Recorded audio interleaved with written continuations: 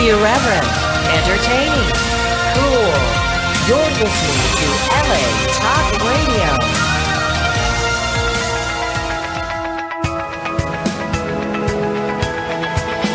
You're listening to Peace Fund Radio with Ethan Dettenmaier and Adrian Paul, right here on LA Talk Radio. Hello. I was going to do that little thing. You said I should do that as opening with a show. Is that your thought process there? Yeah, that's. I said open with that. Open with that. I think it's a new jingle we should have at the beginning of the show. John, what do you think? I say roll with it. I think it's. That was very good of you. You're very quick to catch on because you were not expecting me to say anything there, were you? I wasn't. I was in the process of getting in touch with our caller today. We've got a great caller later. Yes. Okay.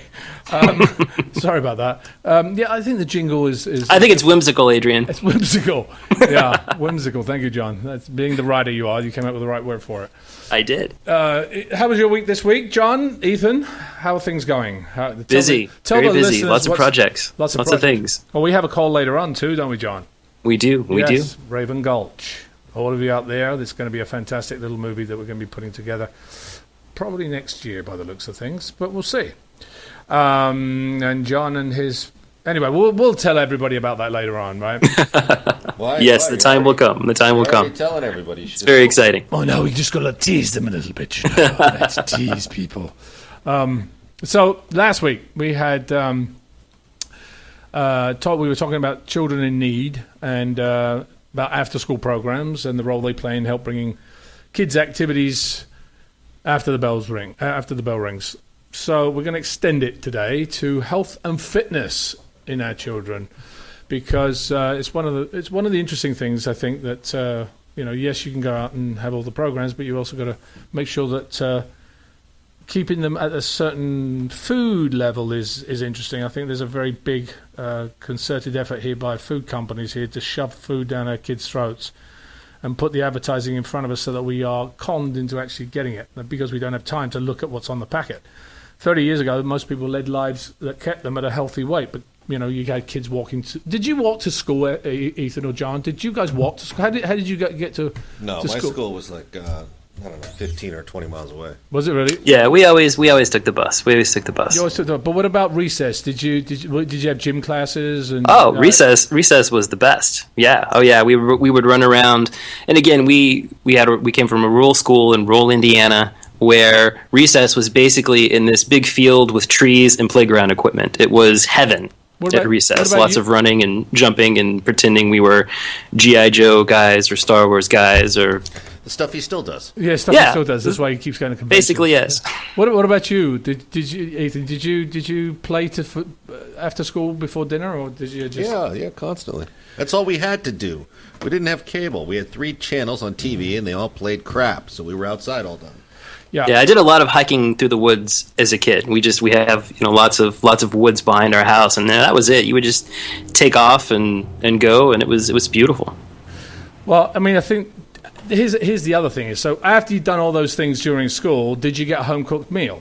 I mean, this is the thing. And what did you have? Vegetables? Was it fast food? What was the process for you guys?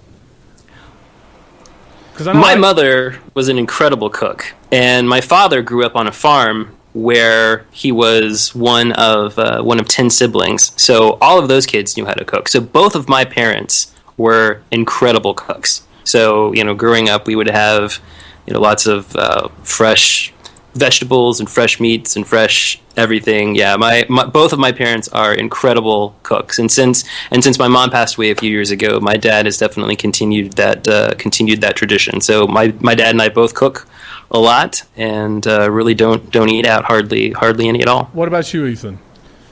No, we ate mostly at home. I rarely had I almost never had fast food. Because it's interesting. Today, children's experience is very different. I mean, when I grew up, I know that, my mom was Italian. She used to cook pasta, put a lot of garlic in it. It made me very... a lot of the time at school, I'd be like, people go, you stink of garlic, you stink. Because garlic, you use a lot in Italian food sometimes. And so I had to stop eating it. But my mom did cook me food at home. I didn't have to actually sit there and go for fast food. But today, a lot of the gym classes and after-school sports have been cut, and you've got afternoons spent with TV and video games and the internet. So with parents being busier than ever, you get fewer home-cooked meals, and you got a lot of snacks. Now, snacks are not bad, but it depends on what you snack. Exactly. What do you give? I mean, what do you snack in? Do you guys snack? I mean, do you have 3 straight meals a day and that's it, or do you just snack during? What's your regime? Do you have anything? I try to do better than I used to. I try to get like granola bars and like the heart healthy bars and that kind of thing to snack on at work during the day, and then I really try to cut back on snacking in the evenings, which I used to do a lot. But I can't get away with that anymore without putting some pounds around the belly line. So I'm definitely trying to cut back on that. What about you, Ethan? Have you ever changed your diet, or have you, for any reason at all? What do you mean? No, I mean, the way you snack things, or yeah, my diet fluctuates based on what my upcoming schedule is. If I've got something to train for, because it's tough, isn't it? I mean, you're really busy, and I know we're all busy, and a lot of the time to actually have the right meal, and then you've got to at the right time. At the right time is really important, and so to give that to our kids is also really tough. Yeah. And so, I want to talk a little bit about that because it's eating fast food. Back then, when we were kids, was not as common as it was today. I mean, right. you got things that you also have, like the amount of calories a kid takes. They'd eat one snack a day. Now, I believe in snacking because I think snacking is a better way to actually eat your food, but eat the right type of snacks. My best friend said to me yesterday, he said, "So have you? Because I told him that I'm off meat now. I don't eat meat because of what I've read and research I've done on different types of products, really? Like meat and dairy. Yeah, I've stopped for 4 or 5 months now." And he said, "Well, what about your kids?" And I said, "Well, it's harder to do that with kids, but you have to sneak it in. You have to be smart." Like this morning, I made them pancakes, but I made pancakes with a lot of fruit in them, but that was mashed up into the grinder, so they didn't see that there was fruit in the actual pancake. Sneaky. So, but you've got to sneak stuff in there so that at least they're getting those things, that the vitamins and the minerals that they really need. You've got. Today, think of the drinks you're getting, the sugar in the drinks. I mean, the beverage portions that happened in the mid-'70s, the average sugar-sweetened beverage was 13.6 ounces. Today, a kid thinks nothing of a 20-ounce sugar-sweetened beverage. First of all, what does that do? That, first of all, increases their activity, but it doesn't mean it increases it great because it gives them the highs and lows much more drastically. And every parent out there, including you, Ethan, must know the minute you when your kid was younger, the minute you stuck a bunch of sugar in her, the reaction changed. I know it happens with my more with my son than my daughter, but still, it happens to both of them. Your kids have a lot of energy. My kids have a lot of energy, yeah. But, so do a lot of kids, and I think it's what we feed them. You've got here's some facts for you. In total, we are now eating 31% more calories than we were 40 years ago, including 56% more fats and oils. It's not so much the fats that are because you got to everybody puts fats in one category. There are different types of fats. Some are good for you and some are not. Mm-hmm. And that's what you have to actually also look at. Look at what's on I pick up stuff now and I go, well, how much sugar is in this? Because that's the one main component I think that's very drastic.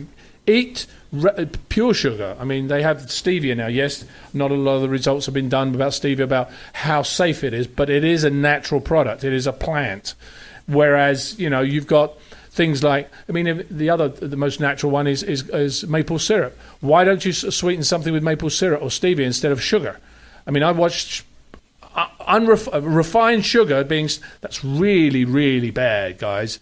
Bad refined sugar, and you give it to your kids and they start jumping over the walls.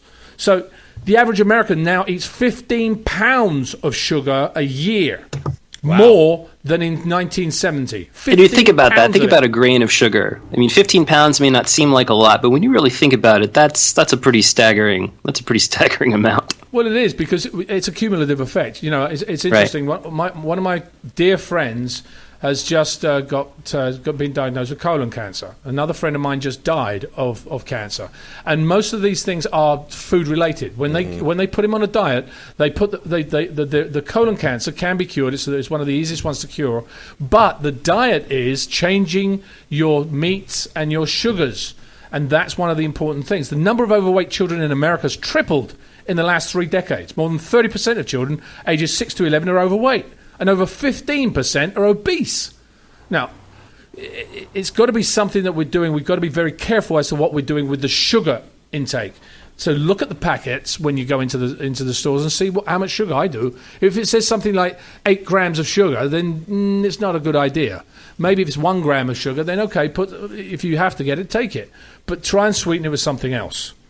What about you guys? Do you ever look at the packets that are out there? The sugar I look at them. Yeah, I wish I heated them more than I should. I do look at them. But this is what we're talking about. Again, Yeah. you don't have the time sometimes to look at it, but you've got to make the time, guys. We don't have the luxury today of doing it, but you've got to set it aside. It's now, I think, our lives have become more compartmentalized in the sense that we have to sort of say, okay, I've got to schedule a little time for this and a little time for that. You know, today, right now, a lot of kids are going back to school. I know some started at the beginning of the week. My daughter starts her new preschool next week on Wednesday. You know, a lot of kids are going back to school. So people don't have the time. They're like, okay, I've got to do this, got to do that. Da, da, da. You've got to be able to make the time, whether it's a half hour put aside for something, and schedule it. We have to work on schedules now. And unfortunately, if we don't, we'll end up just pulling anything off the racks and just eating anything we want. Do you know the average child gets less than 15 minutes of vigorous activity a day. Now think about that. That's it? Less than 50. The average child gets less than 15 minutes of vigorous activity a day, especially with the internet, with games, video games, and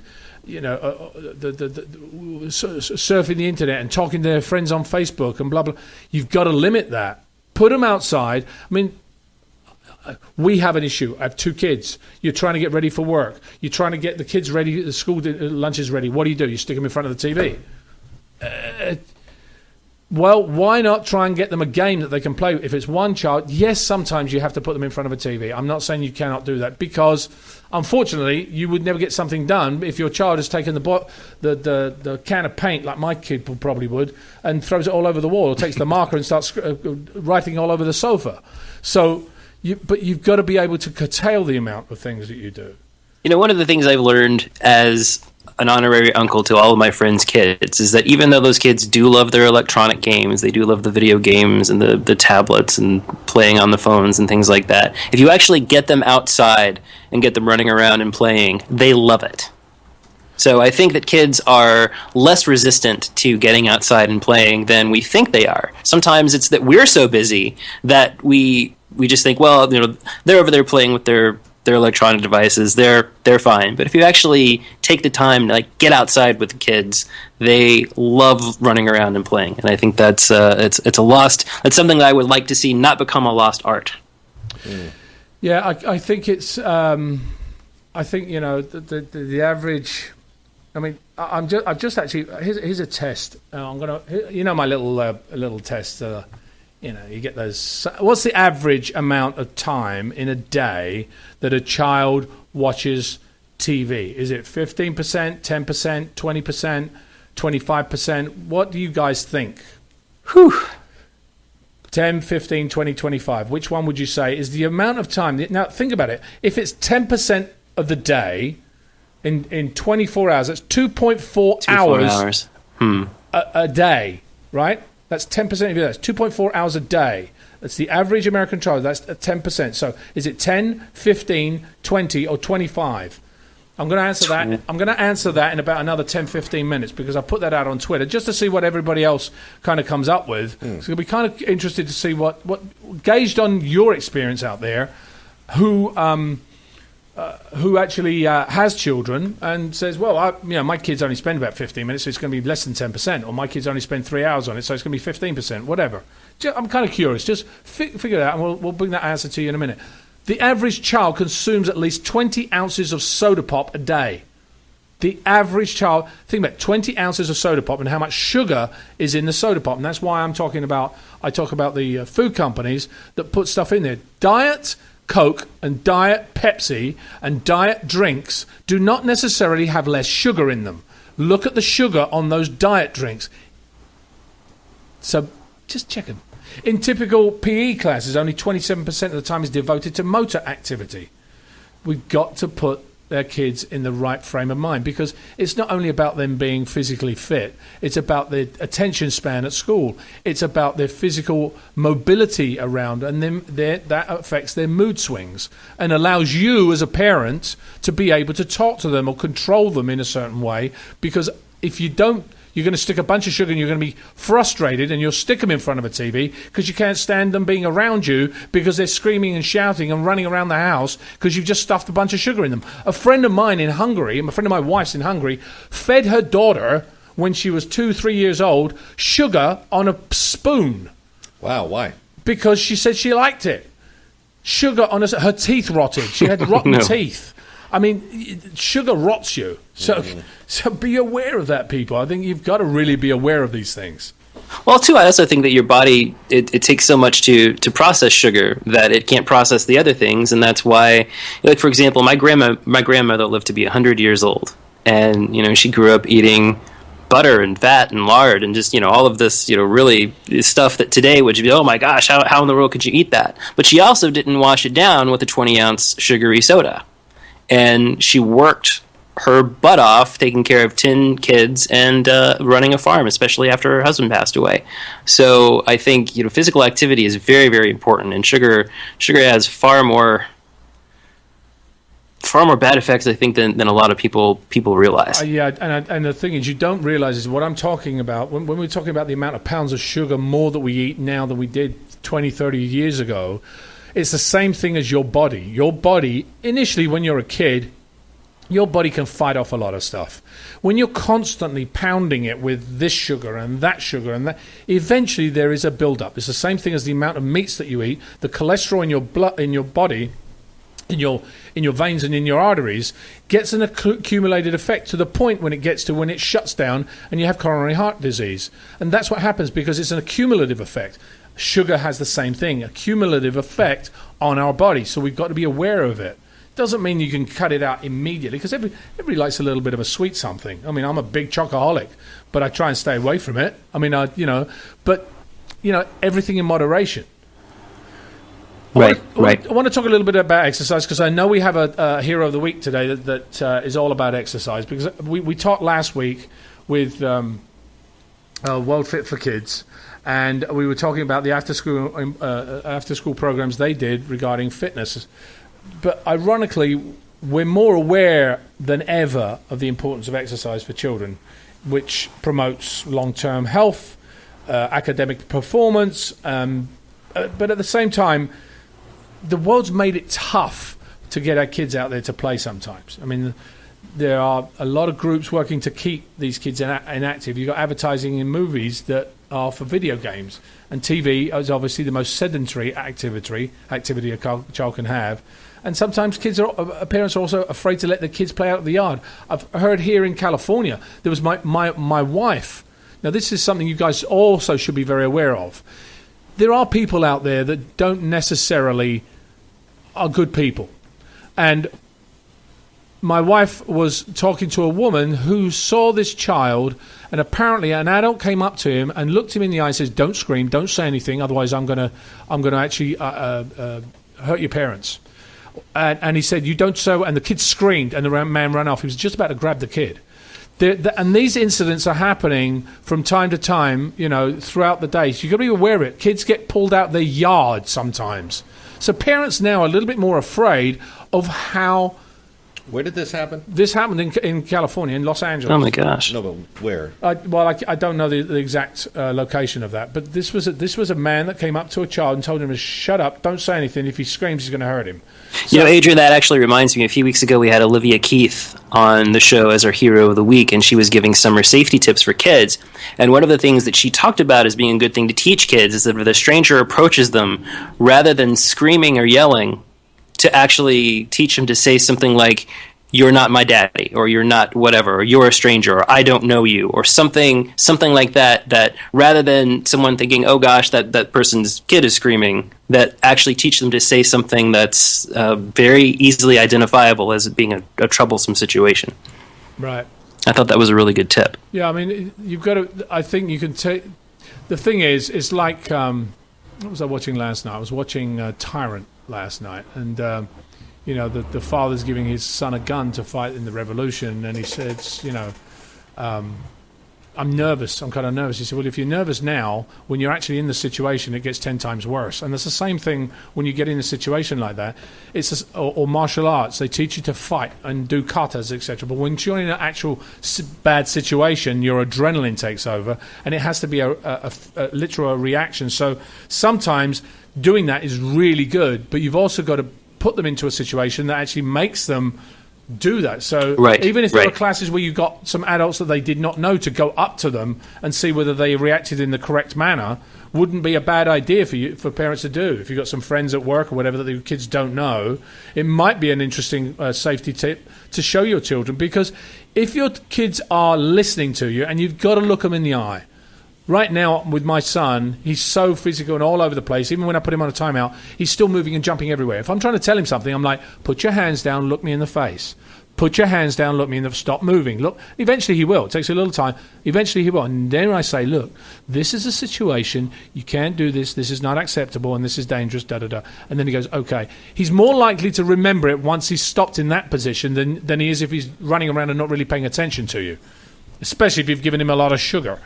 So, children, according to a recent report, you got 44% of the nation's school administrators have cut significant amounts of time from physical education, arts, and recess so that more time can be devoted to reading and mathematics. Since the passage of No Child Left Behind in 2001, the percentage of schools offering physical education daily or at least 3 days a week has declined dramatically. So you need these after-school programs. Now, I want you to talk to us a little bit about our Hero of the Week, John, because she deals with. Well, you explain. I'll let you take the floor. All right. Our Hero of the Week this week is Ariana Luderman. She is the daughter of Zachary and Alana Luderman of Dallas, Texas. Ariana was 11 years old when she started placing in and eventually winning adult triathlons. She formed Team Ariana, which you can find at teamariana.org, and designed a line of race clothing to satisfy the demands of multiple sponsors who wanted their logo on her gear because she was winning so many races. When all of these offers started rolling in, Ariana closed her eyes and saw dollar signs, but never for herself. From the time she was just 6 years old, Ariana started calling the Vogel Alcove in Dallas, Texas, to see how she could help the homeless children there who were referred for free childcare and free case management by local emergency shelters, domestic violence shelters, housing programs, and other organizations in the Dallas, Texas area that serve homeless families. Ariana has donated more than $80,000 through Team Ariana to protect, educate, and aid those children, with more to come. And actually, you can go back in our archives, look up our February 26, 2014 show, where we had Karen Hughes, who was the president and CEO of the Vogel Alcove, come on to the show and talk about some of the ways that Ariana has helped them get some of their programs going with the money that she's raised, and how Ariana frequently visits and speaks to the kids there. As often as she can, Ariana still spends time with the kids that she assists. She told a reporter named Whitney Thompson from the North Dallas Advocate magazine that when I run for them. Sometimes it's the only thing I think about when I'm out there. And we are honored to be welcoming Ariana by phone today. Ethan, she should be calling in here any second. And while we're waiting for her to call in, everybody can go check out teamariana.org. And you can find all kinds of information about not only her training regimen, but the different programs that she works on for children and the various fundraisers and things that you can help her with her cause. Well, it's interesting. While we're talking about that, I was just looking at some of the tweets we've had in regarding the amount of time kids actually spend in front of the TV. Do we have Ariana on the phone? Hi, is this Adrian? It is indeed. Hello, Ariana. Hi, Ariana. Hello. You got John Beerley and Ethan Dettenmaier as well. How are you doing this morning? Good. How are you? Oh, I'm good. I'm good. And nice and warm. Is it nice and warm in Texas? Because sometimes it's baking there. Oh my goodness, we are melting down here. Yeah, we kind of had that kind of effect over in California as well at the moment. But Except you guys have the ocean. we do. Very jealous We of do. that. We do have the ocean, but it doesn't mean that some parts of the varying degrees in Los Angeles is 20 degrees between the ocean and the valley. So you can literally be freezing in 1 minute and baking hot the next. Oh my goodness. Well, I wish we could be freezing at any minute. So tell me a little bit about your triathlons. You were 11 when you started, and you wanted to go back. How old were you when you completed your first triathlon? I was only 7 years old. 7 years old when you did a triathlon. How long was the triathlon? Well, it was a kids' distance triathlon. It was probably, I don't know, maybe a mile run at the end. But a triathlon is swimming, biking, and running in that order. But even as just a 7-year-old, that's a long kind of a lot. So those are the three events: running, swimming, and biking. Correct? Yes, sir. Right. And how far are the adult triathlons? Well, there are various different types. There is a sprint distance, an Olympic distance, a half Ironman, which is a 70.3, and a full Ironman. Interesting. I was actually talking to Sean Astin. Do you know who he is? I believe so, yes. Yeah, he was in Lord of the Rings and lots of other programs. He's actually doing the Ironman triathlon in Hawaii. Do you know that one? Oh, the Kona? Yes.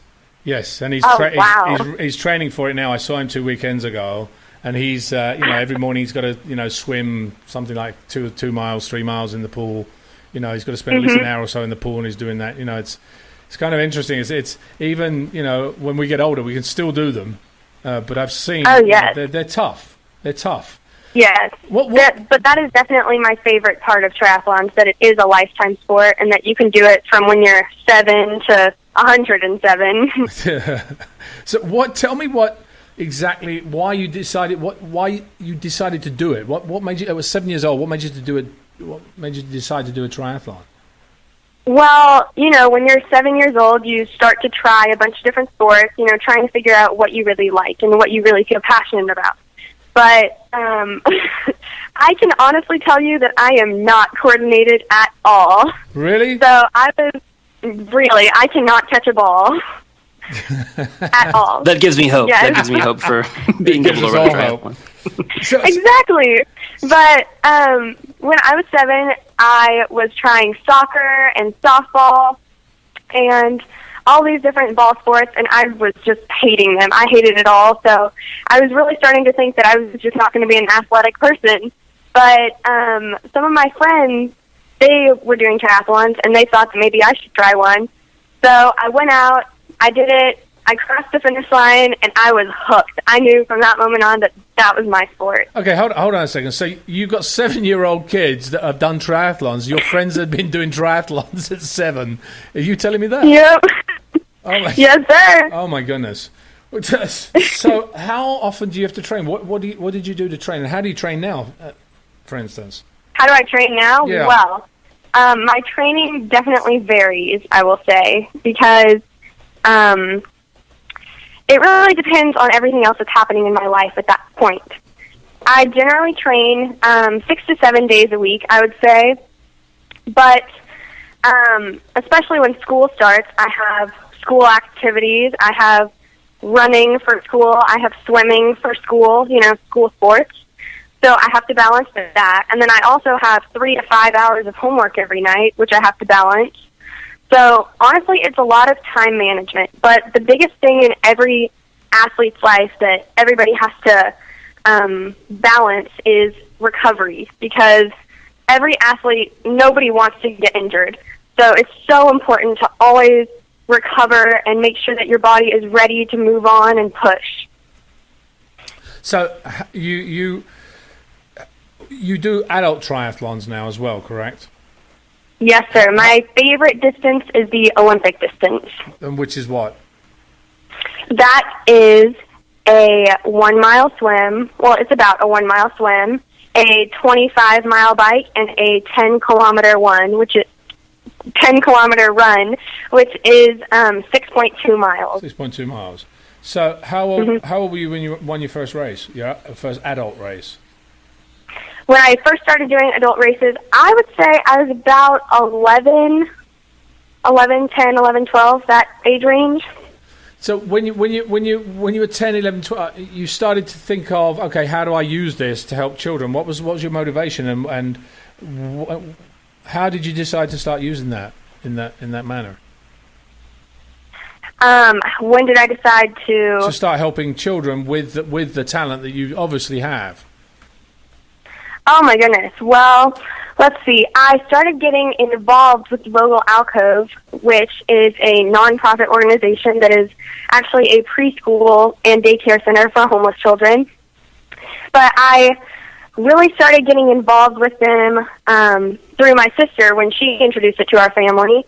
And to begin with, when I started getting involved with them, it really started through birthday gifts, actually. Because for my birthday party when I was 12, instead of asking for typical birthday presents, I asked for things that were in high demand at the Vogel, which included like socks and diapers and clothes and all of that kinds of stuff.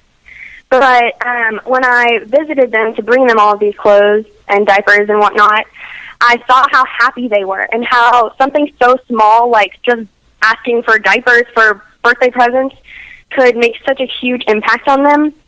And that's when I really decided to somehow incorporate triathlons into that, because those are my two biggest passions. I love triathlons, the sport, the camaraderie, and also the Vogel Alcove and helping them. So that's when Team Ariana really started becoming a possibility. So what do you do with the kids when you actually volunteer? And what is their reaction when you get involved with them?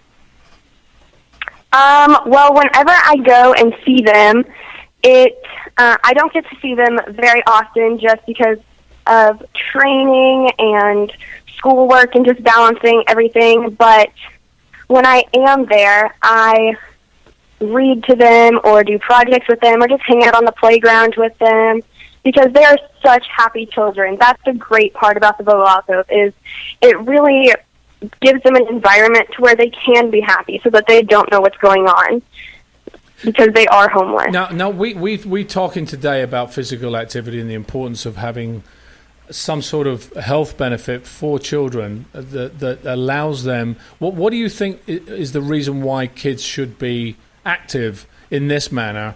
Has it affected your life in a different way by having such physical activity in it? Well, I'd say, first of all, being physically fit does not mean that you can go out and race a full Ironman. Being physically fit means that you can just go out and dance with your friends, or you can go play hopscotch, or go ride your bike down the street. It's just being active and having fun while doing it. So every day I wish I could exercise every single day of my life, but I can't. That's just not even a possibility. So the days that I don't get to exercise, I'm usually more tired and my mind is just tired. So being physically active is so good for your body and so good for your mind. Like, especially during finals and exams, my goodness, with all the students out there. Great. Let me ask a question. Do you incorporate a diet into your training? Is there a specific diet? Or do you eat certain things that increase your energy? Do you cut out anything that stops your energy? Do you find it affects your concentration? Anything of that nature? Well, I would definitely say for college especially, I am very interested in nutritional science. So funny that you asked that, because nutrition is my favorite part about the sport of triathlon. Yeah, because I think, the thing we've been talking about today is that the health and physical things put together really have an effect on children in so many different ways, in their mental health, in physical health, in skeletal health, metabolic benefits, those types of things. I just was curious to see if you found that, when you don't eat enough, you don't work out enough, you don't eat the right things, or you eat too much sugary stuff, if it affects your learning capability or concentration capability, or if you found it in some of the kids that you've worked with, if that's something that affects them as well. Well, I would definitely say that nutrition and exercise go hand in hand. You could ask any doctor, anybody. They definitely go hand in hand. You cannot go out and train for 5 hours and come back and eat a Big Mac. That's just not how it works. So every meal, I always try and have a protein, a carb, a vegetable. I make sure to stay pretty balanced. Every now and then, it is okay to have a piece of cake. It is okay to have, a slice of pie, a cookie, just make sure that you're not having that every single meal. Before you go on to that, how old are you? I am 15. You're 15. Okay, when you get to around 40, 45, tell me the same thing. because it changes. Trust me on that. I used to eat chocolate and all this stuff, and I would have no problem. When I was on my TV series, I was actively working 5 hours, 6 hours a day in physical activity. Wow. I needed to eat, and if I ate a piece of sugar, I would burn it right off. But now, when I'm more in offices and doing other things change a little bit. I just thought I'd mention that. Yes, and I'm sure that is sort of difficult, but it is nice to not have to worry about a job. Yeah, I know you don't. Not yet. No, you're lucky in that respect. John, you had a question, I think. Yes, Ariana, you have a new trainer who is pretty high profile person. Can you tell us a little bit about that and how that relationship started? Yes, definitely. Well, my current coach is former Olympian, world champion, and a current professional triathlete, Maddie Reed. He actually called me because he was starting his own coaching company, Maddie Reed Racing. And he is such a huge supporter of everything I do. He's a great mentor. We talk almost every day. He's become one of my best friends. I can trust him with anything. He's just a great all-around person. So how long have you been training with him? Since February, I would say. So it's pretty new, but we had gotten to know each other by competing in some of the same races, and we shared some of the same sponsors. So he called me when he was starting his own coaching company, and I can personally say that I have already gotten so much faster because of him. So I'm so lucky to have him as my coach. It does make a difference when you have somebody going, well, maybe you should just change that. I was actually, talking to Sean Aston, and he was talking about swimming. He said, when I'm coaching, the way they coach you to actually swim is so different than I'm used to swimming. He says you've got to reach out and you've got to pull below and you just turn slightly out of the water. They don't want you to come all the way out of the water. And it's really hard. And maybe out of 20 lengths, 2 of those lengths, I'm doing it perfectly. It's really hard to retrain the body to actually get it into the right motion. Right. And that's also one of the things that he's definitely helped me with. It's just the small things like tweaking your hand position or things like that, or running posture, leaning over more instead of sitting straight up. It's the simple things like that that can just knock off minutes, which is so helpful. Right. Well, Ariana, thank you for joining us today, and please continue all your work, and I'm sure you're going to be very successful. You seem very driven. If you started this at 7 years old, I hope you keep that drive going until you're 77 years old. So I probably won't be around at that point in time, but still, anyway. But please continue, and thank you for coming on, and you're this week's Peace Fund Hero of the Week. Thank you so much for having me. Have a great day. Thank you, Ariana. Take care. Bye. Bye. She's so happy. She's such a happy person. I love hearing happiness on the other end of a thing. Don't you find that? I mean, it's all that physical fitness. It helps her have all that energy. I guess. Yeah. I mean, it's funny. Yesterday, for instance, we get that as adults. We sit there going, even when we get to hearing sometimes you call an office. Yes. Who do you want to speak to? I'm like, really? That's how you're going to reply? Just because you're the face of the office? I mean, we should learn some things from some kids who actually have some. There are some places, and sometimes it's over annoying. Hi, this is AT&T. How can I help you? Oh, I'd like to make your day much more preferable. And there's a certain, and I hear the same comment over and over and over again. It's not real. It's just recorded. I like real happiness. It's much nicer to hear. Don't you think, guys? Absolutely. And again, everybody out there listening, you can check Ariana out at teamariana.org. That's ARIANA.org. Lots of information, too, again, about her work with the Vogel Alcove. You can check them out at Vogel, VOGEL, alcove.org to learn about all of the programs that they are doing for homeless children in and around the Dallas, Texas area. And Ariana is on that page a lot because she does a lot of work with those kids. It's really awesome. So earlier in the show, I put out there, what do you think is the average time per day a child spends in front of a TV, a screen of some sort, whether it is internet, etc., etc. And I've had a lot of different replies on my own tweeting area, and some people have said, 1 hour. Some people have said 3 hours. It's interesting to see what the reaction has been. Somebody says, I mean, if you think about it, 3 or 4 hours a day, that's nearly a quarter of the day. A quarter of your day is spent in front of TV. What do you think that does to your children? Somebody says, mine spend 1 hour a day on their favorite TV show, and then we do one movie on the weekend. Another one says 3 or 4 hours a day. Another one says, I'm so old-fashioned because I mentioned TV and not a screen. That's very nice of you, Christopher Blackmon. Anyway, somebody said, you obviously don't have teenagers. My daughter's addiction is YouTube, 3 hours.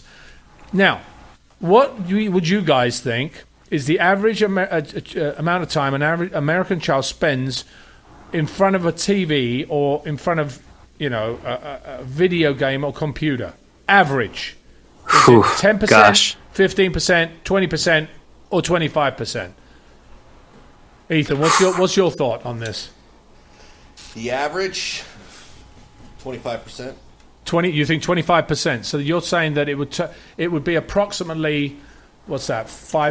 A quarter, 25% of the day, and in hours that's, I'm calculating, 5 hours a day. Yeah, 5 hours a day, 6 hours a day, 6 hours a day. That's a lot of TV time. What do you think, John? Oh gosh, I'd say every bit of 20. 20%, yeah, it is. It's 20%. 7.5 hours a day in front of a screen. 7.5 hours a day. I mean, that's actually. Hold on a second. That doesn't make sense. 7.5 hours is not 20%. I've got wrong numbers here. 20% would be 4.8. Yeah, it's interesting. It's 4.8. I've got. Okay, I'm going to have to smack Bev Shahara's hand here because anyway, the average child consumes at least 20 ounces of soda pop while they're sitting in front of watching the TV, etc. In a typical PE class, only 27% of the time is devoted to motor activity, and by the time they reach high school, 63% of children are no longer physically active. As I mentioned to Ariana, as your time changes, things do change, and that is why we have one of the reasons why we actually have overweight kids and kids not able to concentrate, because they don't have a physically active or healthy diet for them to go through. Importance of exercise, we've been talking today. I think it's very interesting. Just a couple of fun facts about your heart. Remember, we talked about cholesterol, etc. during the heart. A kid's heart actually has to push blood through about 60,000 miles of blood vessels. That's long enough to circle the Earth 2.5 times. So that's how much blood has to be pushed through to do that. To push blood, an average heart beats at 100,000 times a day. That means in a lifetime, the average human heart will beat more than 2.5 billion times. That pumping takes a lot of effort. That effort, you have to be able to use the exercise. I even went out last night running at 8:30 at night. It was nice. But I was like, oh my gosh, I haven't been doing this for a while. I'm really struggling. And suddenly you start feeling aches and pains and things if you do not physically not physically active, and that works as well when you're in your 70s and 80s and 90s. My mother is 93 years old. She goes out every single day, gets on the bus, goes into town, goes to different coffee places, etc. She said, if I didn't move around, I'd be dead. Purely and simple. And that's exactly the same thing as when we're younger with our kids. We've got to be making them physically active and making sure that they are out there eating the right things. We're now getting close to the end of the day, and we haven't even talked about half the things. I want to give a shout out to a couple of organizations making a difference. actionforhealthykids.org. They fight childhood obesity, undernourishment and physical inactivity to help schools become healthier places so kids can live healthier lives. They partner with a legion of dedicated volunteers, teachers, students, moms, dads, from within their ranks of over 80,000 plus in their network to create healthful school changes. So you can check them out on the web. There's another one called Kids Fit Foundation, kidsfitfoundation.org. As a leader in the movement to help children learn lifelong healthy diet and exercise habits, Kids Fit Foundation strives to raise awareness and develop programs that educate and inspire kids to live healthier, happier lives. Now, I think it's very important for you if you don't know, if you're stuck and you don't know what to do, where to go, and think, well, you know what, my kid's kind of inactive, I don't know what to do. Check these things out. It takes you 10, 15 minutes to go through these websites, find some stuff. Maybe it's something that you'll be interested in. Maybe you can talk to somebody about it, that a friend of yours that you're that's having the same issues, maybe no concentration, too much sugar, unhealthy diet, no exercise. Check these places out. And World Fit for Kids as well. Obviously, we had on the show last week. You can look at them at worldfitforkids.org. I think we're 2 minutes away from the end of the show right now. I think we're 4 minutes. I guess we've got a fast clock. Clock is fast. Our clock is fast. I keep looking at the clock, ladies and gentlemen. Inside the ladies and gentlemen sounds so formal, doesn't it? Ethan, that's a snicker I got out of Ethan there. Types of exercise. Let's talk about the types of exercise and the frequency, intensity, etc. I think, what type of exercise do you think builds cardiovascular endurance? What sort of exercise? Cardiovascular endurance. Very simple. Anybody? Running? Ethan? Yeah, any kind of aerobic activity. Running, swimming, stuff like that. Yeah, jogging, bicycling, or just a game of tag. So there's simple things that you can actually increase the cardiovascular endurance. It's a fun thing. I was watching a thing on Shark Tank last night. It was an old program. I love Shark Tank. Great ideas on there, and I love the way that they come in. But there was one of them was a fit exercise regarding cards, and he said basically, when I was in the Marines. Sorry, he wasn't in the Marines. He was in another group. What was he in? Anyway, he joined the armed forces, and he said, we had all these different exercise regimes that were at our fingertips, but we played a simple game of tag, a simple game that we had when we were kids. So I think teaching kids that when they're younger actually does stick with you for a long, long time.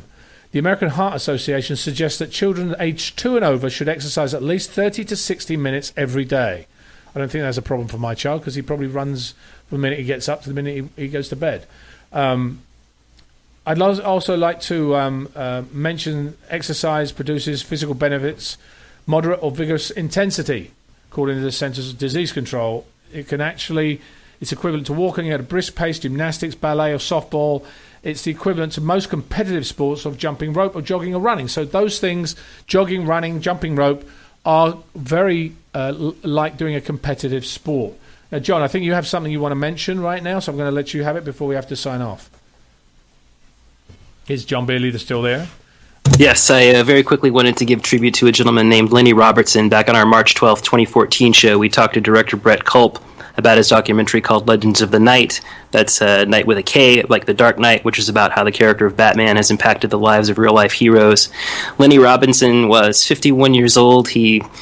In 2007, he sold the industrial cleaning business that he'd started in high school to become a full-time volunteer for hospitalized children. It took him 45 minutes to get into his Batman costume. He sweat out 6 pounds of water weight every time he visited a hospital. He spent hundreds of thousands of his own dollars on this crusade, but he didn't just give these children gifts. He gave them hope and strength in the face of deadly diseases, painful tests, brutal treatments. He let these kids know that they were never alone. He reminded them that they too were superheroes for facing their illnesses with courage and spirit. And just like the Batman in the comics and movies, Lenny Robinson used his fortune to protect and inspire children. He was truly one of the good guys in a world that has far too few of them. So all of us here at Peace Fund Radio send our hearts, our thoughts, and our prayers to his family and friends. And we want you to know that Lenny will live on through his feats and through the lives of the hundreds upon hundreds of children who stood up against their illnesses because Lenny Robinson's Batman helped remind them that they could. You know, rest in peace, Lenny. I think it's tragic. I mean, he died in a car accident this week. I saw. He's, you know, people that continue to do this. I think all of us, you know, the lives he's touched, will remember this. And I think you have to also understand that when you touch a child's life, like Lenny did, it will impact so many more along their life's path. So, even if it's a small thing you can do, just do it. It's really very, very simple. I think we're out of time right now. Ethan, thank you for bringing it.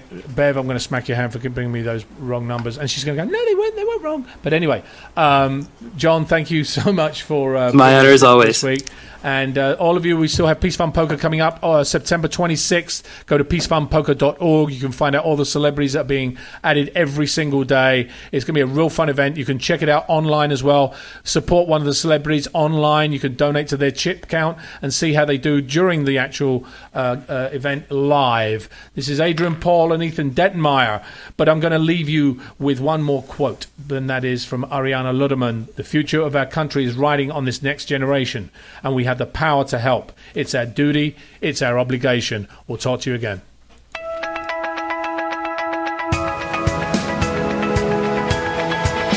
You're listening to Peace Fund Radio with Ethan Dettenmaier and Adrian Paul, right here on LA Talk Radio.